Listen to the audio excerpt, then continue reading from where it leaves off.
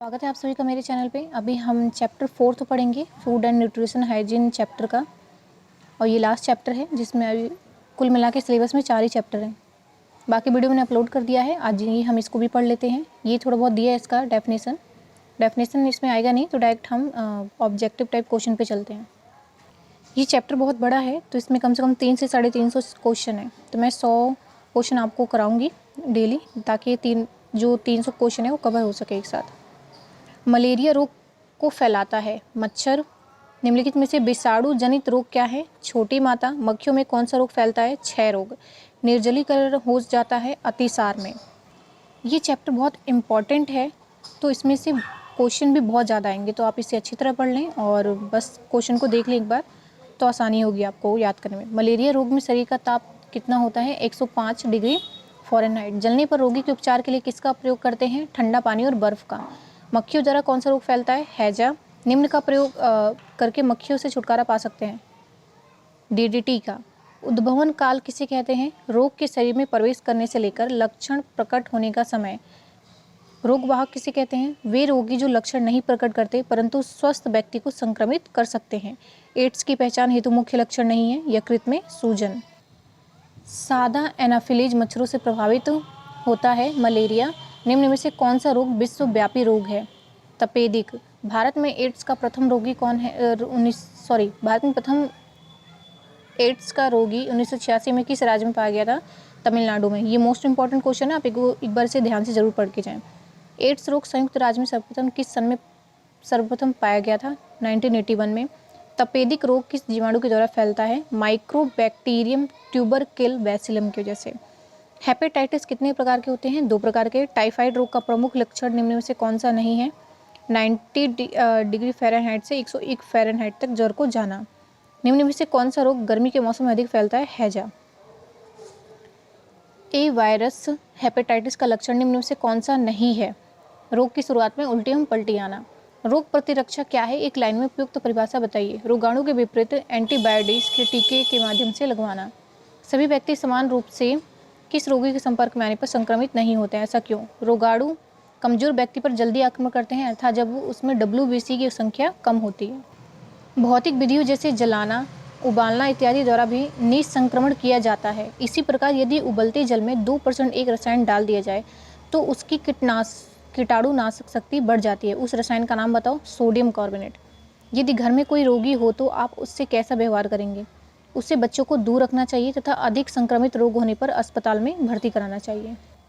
रोगी के ठीक हो जाने के पश्चात रोगी के बिस्तर को धूप में क्यों रखा जाता है? सूर्य की किरणों में उपस्थित किरणों द्वारा रोगाणु को नष्ट करने के लिए।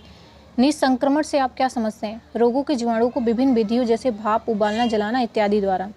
मलेरिया किस क्षेत्र में अत्यधिक फैलता है? उपयुक्त सभी, जहाँ पे पानी का भराव अधिक है, नमी वाले स्थान पे और गंदगी अधिक रहती है।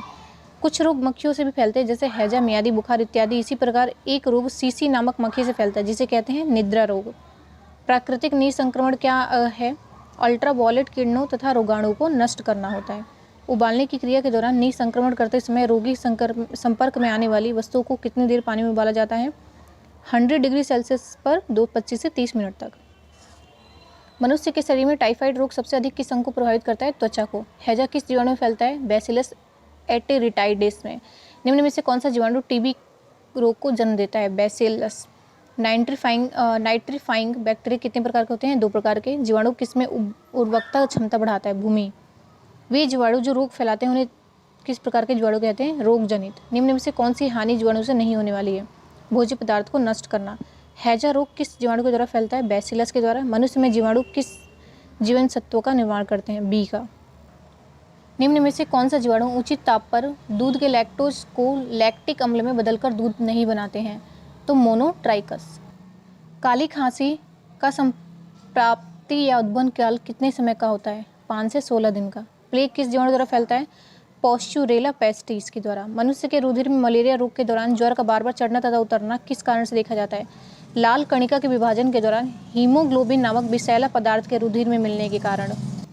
1981 में लॉस एंजलिस के डॉक्टर माइकल गॉटलिव ने सर्वप्रथम एक रोग को जानकारी प्राप्त की, एड्स को। बिंदु संक्रमण किसे कहते हैं? वह संक्रमण को खांसने, छींकने तथा थूकने द्वारा श्वास क्रिया से स्वस्थ मानव से होता है। मेनिंजाइटिस रोग शरीर के संग में होने वाला रोग है। मस्तिष्क में होने वाला टीबी या तपेदिक है। रोगी को बीमारी ठीक होने जाने के पश्चात भी डॉक्टर उसे कुछ दिन और दवाइयाँ लेने को क्यों कहते हैं? ताकि रोगाणु उसके शरीर से पूरी तरह नष्ट हो जाए तथा रोगी पूर्ण रूप से स्वस्थ हो जाए। संक्रामक रोग में संक्रमण कैसे फैलता है? उपयुक्त सभी।